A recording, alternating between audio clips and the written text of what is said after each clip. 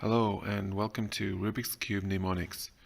This is the introduction to a step-by-step tutorial for one of the most basic ways to complete the Rubik's Cube puzzle. There are two things you need to know before you start. The first one is that the center squares don't move.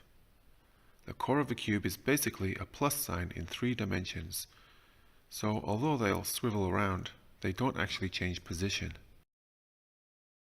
So, we already know which side of a cube will be which color, and therefore, this situation is a mistake. You may think you've done a side, but look. By chance, you might have some of them on the right side, but this subcube has to move. Now it matches up with the center square, but these two don't. And this square here doesn't match up with its side.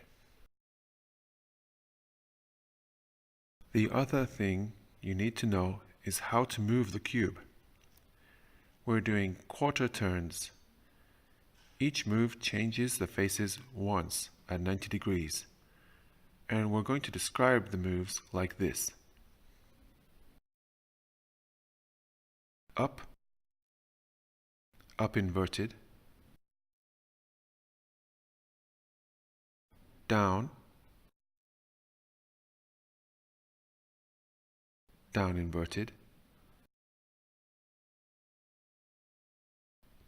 left, left inverted, right, right inverted, front, front inverted.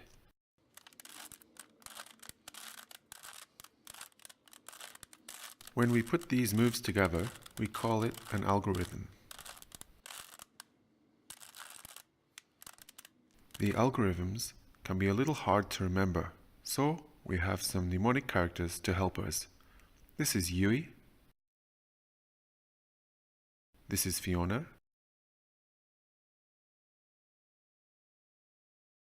And here is Richard.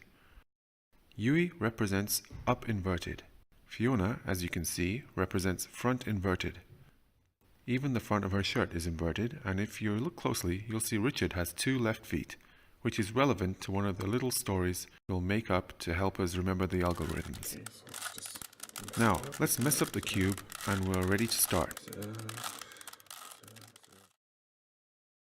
This tutorial breaks the process down into 6 simple steps, with a separate video for each one. There are 1 or at most 2 algorithms for each step, and there's a mnemonic for each one. So let's go to step 1.